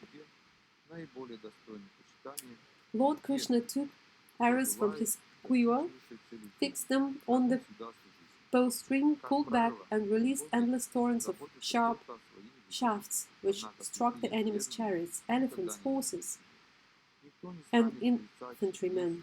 The Lord, shooting his arrows, resembled a blazing circle of fire. Elephants fell to the ground, their foreheads split open.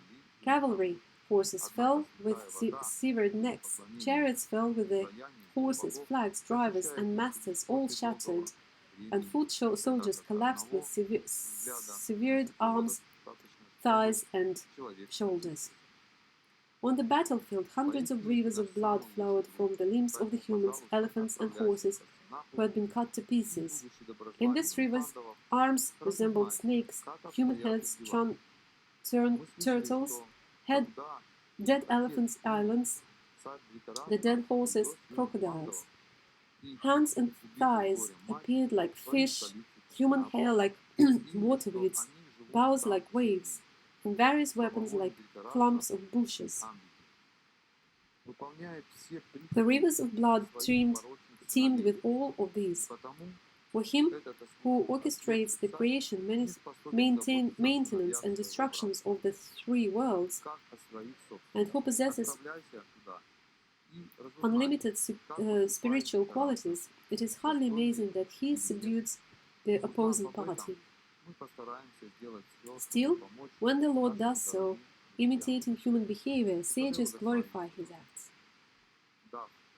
Jarasandha, with his chariot lost and all his soldiers dead, was left with only his breath. At that point, Lord Balarama forcibly seized the powerful warrior, just as one lion takes hold of another. With the divine noose of Varuna and other mortal ropes, Balarama began tying up Jarasandha, who had killed so many foes. But Lord Govinda still had a purpose to fulfill through Jarasandha, and thus he asked Balarama to stop.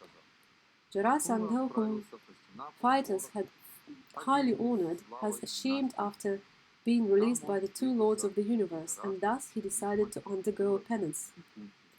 On the road, however, several kings convinced him with both spiritual wisdom and mundane arguments that he should give up his idea of self-abnegation. They told him, your defeat by the Yadus was simply the unavoidable reaction of your past karma. All of these, his armies having been killed, and himself neglected by the personality of Godhead, King Jarasandha, son of Brihadratha, then sadly returned to the kingdom of Magadhas. Lord Mukunda has crossed the ocean of his enemy's armies with his own military force completely intact. He received congratulations from the denizens of heaven, who showered him with flowers. The people of Mathura, relieved of their feverish anxiety and filled with joy, came out to meet him as professional bards, heralds, and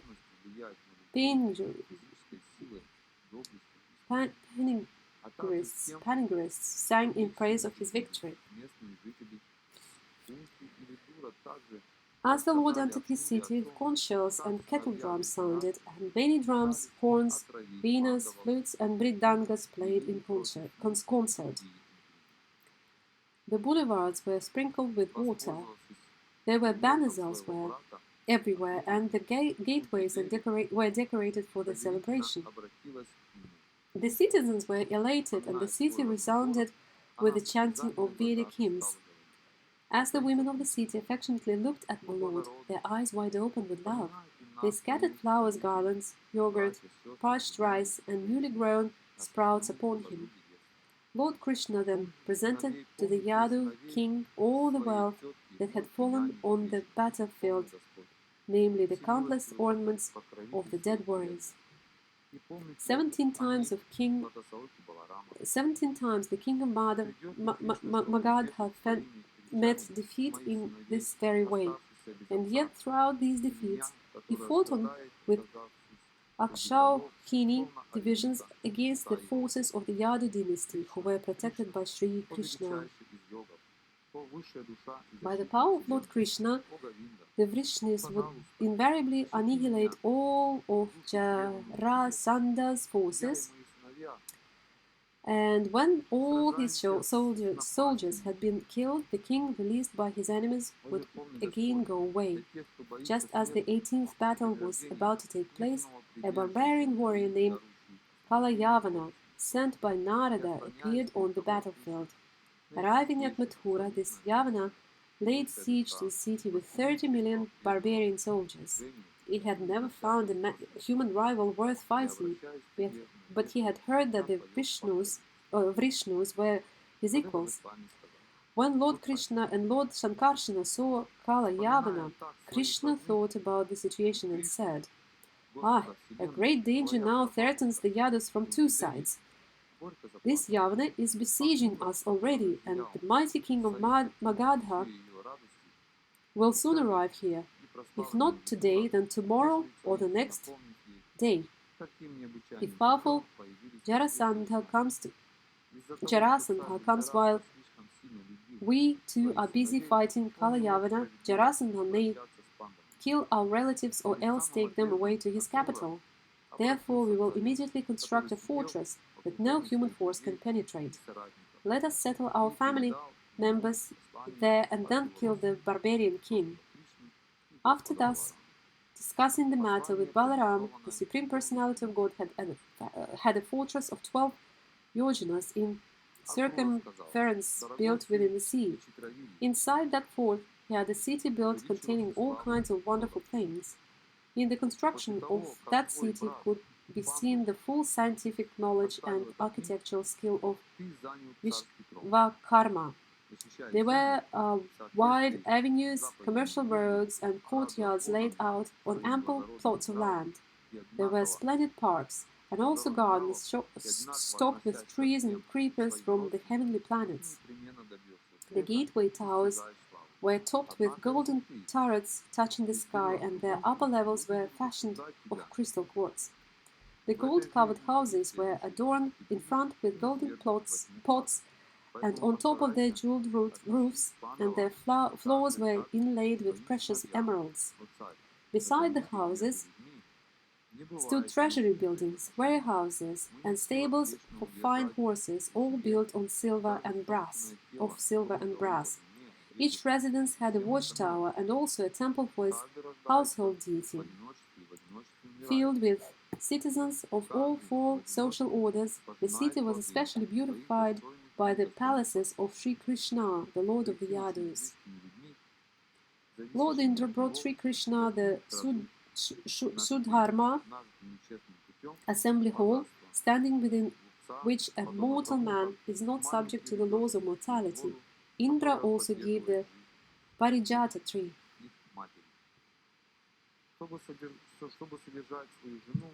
Lord Varuna offered horses as swift as the mind, some of which were pure dark blue, others white. The treasurer of the demigods, Kuvera, gave his 8 mystic treasures, and the rulers of various planets each presented their own opulences. The Supreme Lord, having come to the earth, O King, these demigods now offered him whatever powers of control he had previously delegated to them for the exercise of their particular authority. After transporting all his subjects to the new city by the power of his mystic Yogamaya, Lord Krishna consulted with Lord Balarama, who had remained in Mathura to protect it. Then, wearing a garland of lotuses, but bearing no weapons, Lord Krishna went out of Mathura by its main gate. Srimad Bhagavatam 10:51. The deliverance of Mukunda. The deliverance of Mukunda. Muchukunda. Shukadeva Goswami said, Kalayavana saw the Lord come out of Mathura like the rising moon. The Lord was most beautiful to behold, with his dark blue complexion and yellow silk garment. Upon his chest he bore the mark of Srivatsa, and the Kaustubha gem adorned his neck. His forearms were sturdy and long. He displayed his ever-joyful lotus-like face, with eyes pink like lotuses, beautifully effulgent cheeks, a pristine smile, and glittering shark-shaped earrings. The barbarian thought, this person must indeed be Vasudeva, since he possesses the characteristics Narada mentioned. He is marked with Srivatsa. He has forearms, his eyes are like lotuses, he wears a garland of forest flowers, and he is extremely handsome. He cannot be anyone else. Since he goes on foot and unarmed, I will fight him without weapons. Resolving thus, he ran after the Lord, who turned his back and ran away. Kalayavana hoped to catch Lord Krishna through great mystic yogis cannot attain him, though great mystic yogis cannot attain him. Appearing virtually within reach of Kalayavana's hands, at every moment Lord Hari led the king of the Yavanas far away to a mountain cave. While chasing the Lord, the Yavana caste insulted him, saying, You took birth in the Yadu dynasty, it's not proper for you to run away. But still, Kalayavana could not reach Lord Krishna because his sinful reaction had not been cleansed away. Although insulted in this way, the Supreme Lord entered the mountain cave. Kalayavana also entered, and there he saw another man lying asleep. So, after leading me such a long distance, now he is lying there like some saint. Thus, thinking the sleeping man to be Lord Krishna, the deluded fool kicked him with all the strength. The man awoke after a long sleep and slowly opened his eyes. Looking all about, he saw Kalayavana standing beside him. The awakened man was angry, and casting his glance at Kalayavana, whose body burst into flames. In a single moment, O King Parikshit, Kalayavana was burnt to ashes. King Parikshit said, Who was that person, O Brahmana? To which family did he belong, and what were his powers? Why did that destroyer of the barbarian lie down to sleep in the cave? And whose son was he? Shukadeva Goswami said, Muchukunda was the name of this great personality, who was born in the Ikshvaku dynasty as the son of Mandhata. He was devoted to Brahminical culture and always true to his vow in battle. Begged by Indra and the other demigods to help protect them when they were terrorized by the demons, Muchukunda defended them for a long time. When the demigods obtained Kartikeya as their general, they told Muchukunda, O king, you may now give up your troublesome duty of guarding us, abandoning an unopposed kingdom in the world of men. O valiant one, you neglected all the personal desires while engaged in protecting us. The children, the queens, relatives, ministers, advisors, and subjects who were your contemporaries are no longer alive. They have all been swept away by time. Inexhaustible time, stronger than the strong, is the Supreme Personality of Godhead Himself. Like a herdsman moving his animals along, he moves mortal creatures as his pastime. All good fortune to you. Now please choose a benediction from us anything but liberation, since only the infallible Supreme Lord Vishnu can bestow that. Addressed thus, King Muchukunda took his respectful leave of the demigods and went to a cave where he lay down to enjoy the sleep they had granted him. After the Yavana was burned to ashes, the Supreme Lord Chief of the Sattvatas revealed himself to the wise Muchukunda.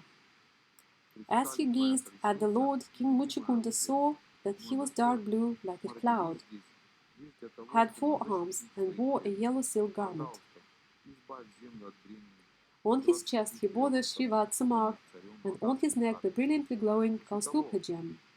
Adorned with a Vaijayanti garland, the Lord displayed his handsome, peaceful face, which attracts the eyes of all mankind with its shark-shaped earrings and affectionately smiling glance. The beauty of his youthful form was unexcelled, and he moved with his nobility of an agony lion.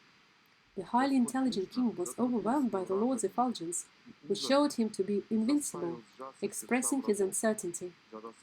Muchukunda hesitantly questioned Lord Krishna as follows.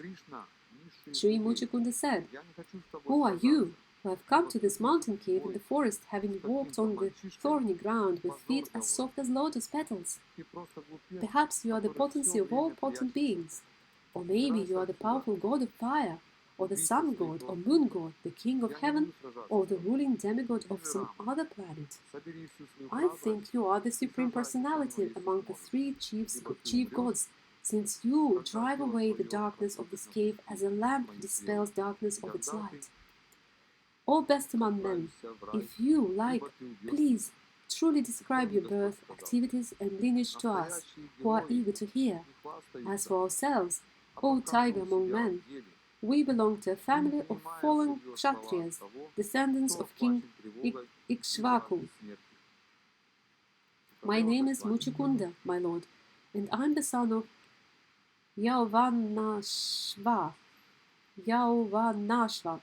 I was fatigued after remaining awake for a long time, and my senses were overwhelmed by sleep. Thus I slept comfortably here in this solitary place until just now someone woke me. The man who woke me was burned to ashes by the reaction of his sins. Just then I saw you, possessing a glorious appearance and the power to chastise your enemies.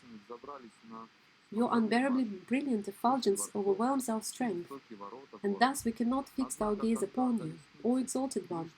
You are to be honored by the embodied beings. Shukadeva Goswami continued. Thus, addressed by the king, the Supreme Personality of Godhead, origin of all creation, smiled, and then replied to him in a voice as deep as the rumbling of clouds. The Supreme Lord said, "My dear friend, I have taken thousands of births, lived thousands of lives, and accepted thousands of names. In fact, my birth, activities, and names are limitless, and thus even I cannot count them. After many lifetimes, someone might count the dust particles on the earth, but no one can even finish counting my qualities, activities, names, and births. O King, the greatest sages enumerate my births and activities, which take place throughout the 3 phases of time, but never do they reach the end of them. Nonetheless, O friend, I will tell you about my current birth, name, and activities. Kindly hear. Some time ago, Lord Brahma requested me to protect religious principles and destroy the demons who were burning the earth. Thus, I descended to the Yadu dynasty, in the home of Anakandunduphi. Indeed, because I am the son of Vasudeva, people call me Vasudeva. I have killed Kalanemi, reborn as Kamsa, as well as Pralamba, and other enemies of the pious. And now, O King, this barbarian has been burned to ashes by your piercing glance. Since in the past you repeatedly prayed to me, I have personally come to this cave to show you mercy, for I am affectionately inclined to my devotees. Now, choose some benediction from me, O saintly King. I will fulfill all your desires. One who has satisfied me need never again lament. Shukadeva Goswami said, Muchukunda bowed down to the Lord when he heard this. Remembering the words of the sage Garga, he joyfully recognized Krishna to be the Supreme Lord Narayana. The king then addressed him as follows. Sri Muchukunda said, O Lord, the people of this world, both men and women, are bewildered by your illusory energy. Unaware of their real benefit, they do not worship you, but instead seek happiness by entangling themselves in family affairs, which are actually sources of misery.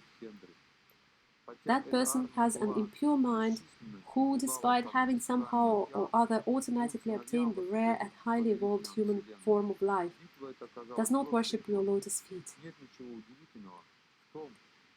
Like an animal who has fallen into a blind well, such a person has fallen into a darkness of a material home. I have wasted all this time, O unconquerable one, becoming more and more intoxicated by my domain and opulence as an earthly king. Misidentifying the mortal body as the self, becoming attached to children, wives, treasure, and land, I suffered endless anxiety. With deep arrogance I took myself to be the body, which is a material object like a pot or a wall. Thinking myself a god among men, I traveled the earth surrounded by my charioteers, elephants, cavalry, foot soldiers, and generals, disregarding you in my deluding pride. A man obsessed with thoughts or what he thinks needs to be done, intensely greedy, and delighting in sense enjoyment, is suddenly confronted by you, who are ever alert. Like a hungry snake licking its fangs before a mouse, you appear before him as death. The body that at first rides high on fierce elephants or chariots adorned with gold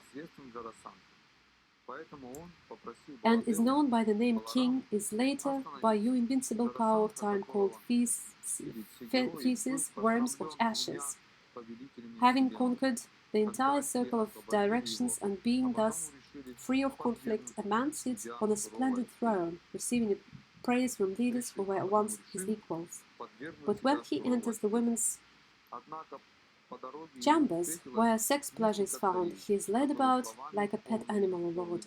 A king who desires even greater power than he already has strictly performed his duties, carefully practicing austerity and foregoing sense enjoyment. But he whose urges are so rampant, thinking, I am independent and supreme, cannot attain happiness. When the material life of a wandering soul has ceased, O tutor, he may attain the association of your devotees, and when he associates with them, there awakens in him devotion unto you, who are the goal of the devotees, and the Lord of all causes and their effects. My Lord, I think you have shown me mercy, since my attachment to my kingdom has spontaneously ceased. Such freedom is prayed for by saintly rulers of vast empires who desire to enter the forest for a life of solitude. O all-powerful one, I desire no boon other than service to your lotus feet. The boon most eagerly sought by those free of material desire.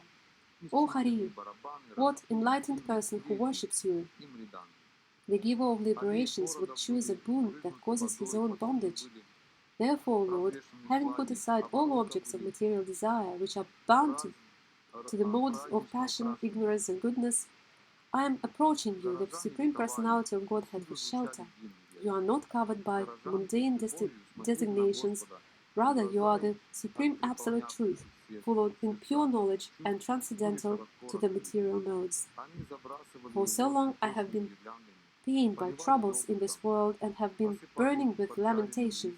My 6 enemies are never satiated, and I can find no peace. Therefore, O Giver of shelter, O Supreme Soul, please protect me. O Lord, in the midst of danger, I have by good fortune approached your lotus feet, which are the truth, and which thus make one fearless and free of sorrow. The Supreme Lord said, O Emperor, great ruler, your mind is pure and potent. Though I enticed you with benedictions, your mind was not overcome by material desires.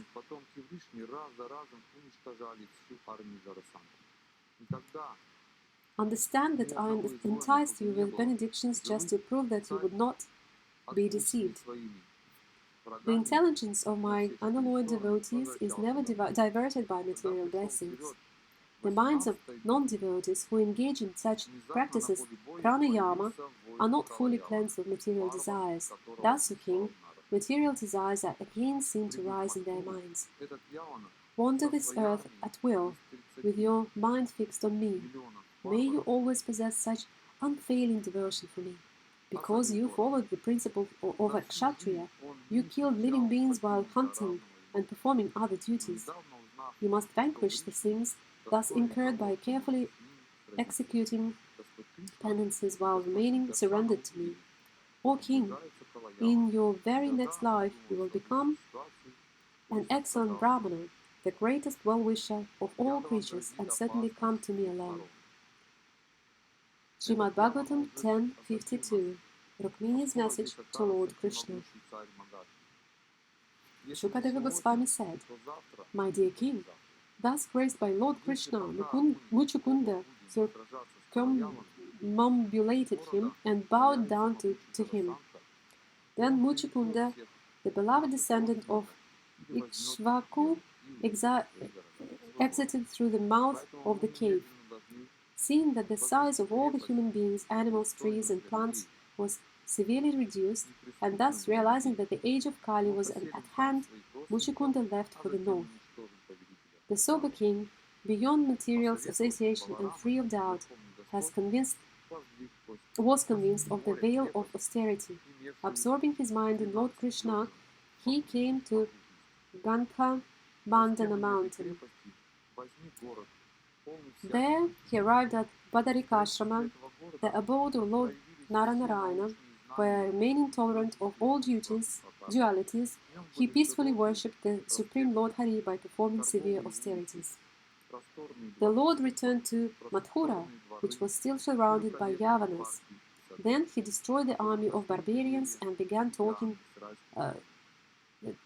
taking their valuables to Dwaraka. As the wealth was being carried by oxen and men under the Krishna's direction, Jarasandha appeared at the head of 23 armies.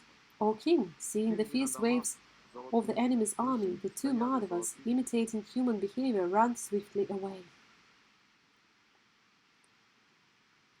Abandoning the abundant riches, fearless but feigning fear, they went many yojanas on their lotus-like feet. When he saw them fleeing, powerful Jarasandha laughed loudly and then pursued them with charioteers and foot soldiers. He could not understand the exalted position of the two lords. Apparently, exhausted after fleeing a long distance, the two lords climbed a high mountain named Pravarsana, upon which Lord Indra showers incessant rain. Although he knew they were hiding on the mountain, Jarasandha could find no trace of them. Therefore, king, he placed firewood on all sides and set the mountain ablaze. The two of them then suddenly jumped from the burning mountain, which was 11 yojanas high, and fell to the ground. Unseen by the opponent of his followers, O king, those two most exalted Yadus returned to their city of Dwaraka, which had the ocean or protected moat. Jarasandha, moreover, mistakenly thought that Balarama and Keshava had burned to death in the fire. Thus he withdrew his vast military force and returned to the Magadha kingdom.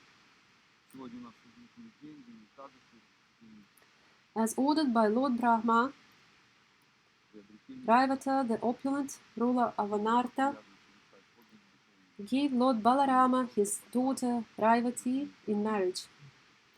This has already been discussed. O here among the Kurus, the Supreme Lord himself, Govinda, married Bhishmaka's daughters Vaidarbhi, who was a direct expansion of the goddess of fortune.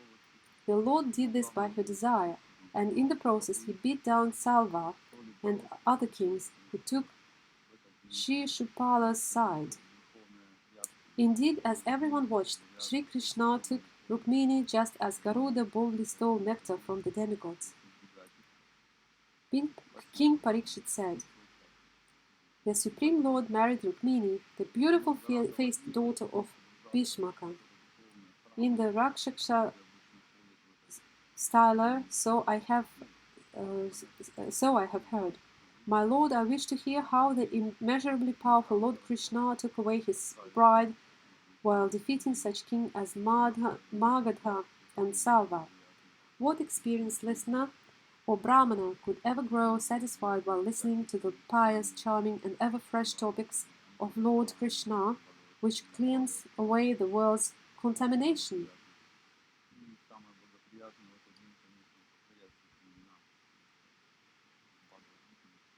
Sri Badarani said, there was a king named Bhishmaka, the powerful ruler of Vidarbha. He had 5 sons and 1 daughter of lovely countenance. Rukmi was the firstborn son, followed by Rukmaratha, Rukmabahu, Rukmakesha, and Rukmamatli. Their sister was the exalted Rukmini. Hearing of the beauty, powers, transcendental character, and opulence of Mukunda's form, from visitors to the palace who sang his praises, Rukmini decided that he would be the perfect husband for her. Lord Krishna knew that Rukmini possessed intelligence, auspicious bodily markings, magnanimity, beauty, proper behavior, and all other good qualities. Concluding that she would be an ideal wife for him, he made up his mind to marry her. O king, because Rukmini envied the Lord, he forbade his family members to give his sister to Krishna, although they wanted to. Instead, Rukmi decided to give Rukmini to Shishupala.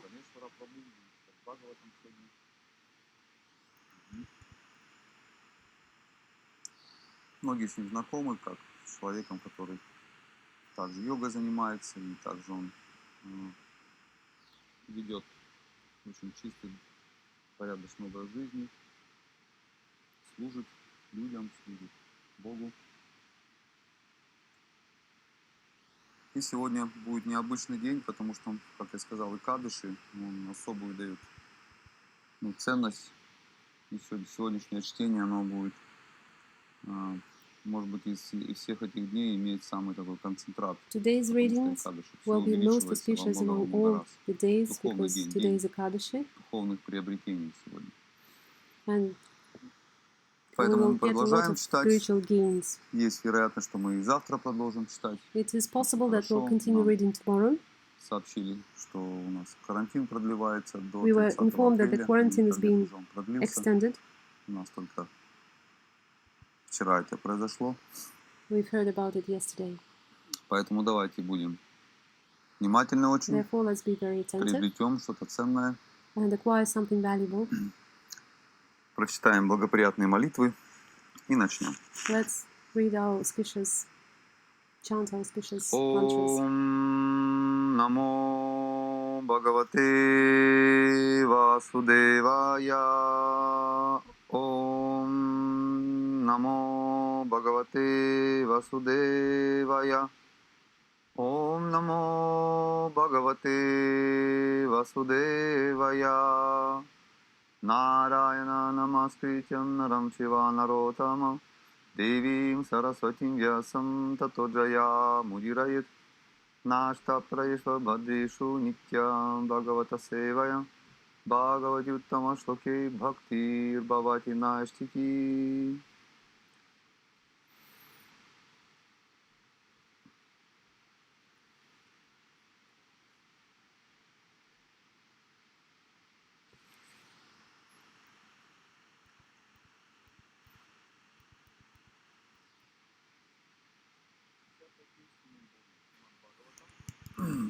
Переведенный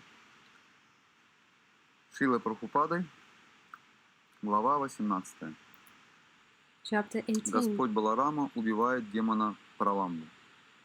Lord Balaram kills demon Pralamba. Окруженный своими веселыми друзьями, которые без устали пели ему славу, Шри Кришна вошел во врат, украшенный стадами коров. Так Кришна и Баларама наслаждались жизнью во Вриндаване. Видных облик обычных пастухов, вскоре наступил